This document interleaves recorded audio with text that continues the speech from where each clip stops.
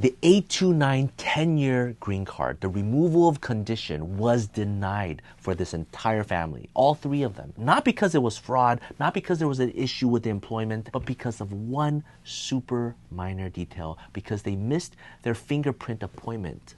What? And the catch-22 is they need to come to the United States to get fingerprinted in order to reopen the case in order for them to get the green card. And how are they going to get into the US? They can't get a plane ticket, they won't be allowed in, and time is going by.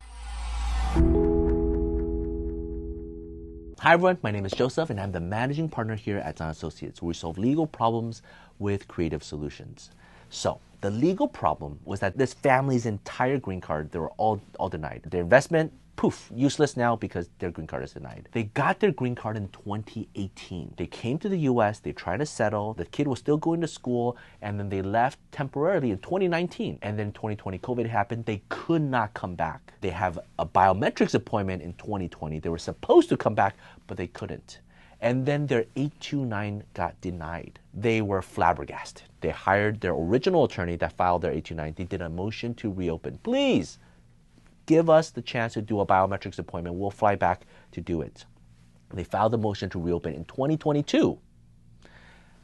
And at the same time, we were retained as a shadow counsel to support them. 1 year goes by, no response from USCIS. 2 years goes by, no response. And that's an extremely long time for a motion to reopen. And then we went to the AILA conference and we were talking with some USCIS officers and we were talking with the ombudsman. And the ombudsman said, that's a very sympathetic case.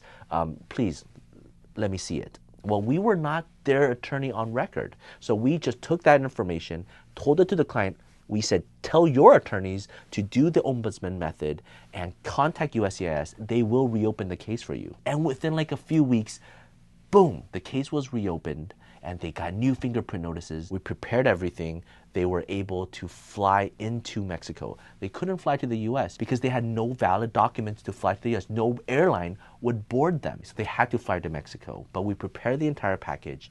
I went with them and we went to see the officer. The thing is, I reviewed with the officer 3 weeks in a row. I went down to Mexico 3 weeks to talk to the officer about this entire case, and the officer adamantly said, sorry, we will not admit them as a permanent resident. We will not. In our system, it still says 829. And if your 829 is denied, your green card is officially denied. You have no valid entry documents to the United States. Nothing. And the officer would not let them in as a green card holder. The entire process, let me tell you, it went from 6 a.m. until 11 a.m. The officer, I can attest, took no breaks, no restroom break, no food break, no coffee break, didn't take any meetings or any phone calls, worked tirelessly from 6 a.m. till 11 a.m.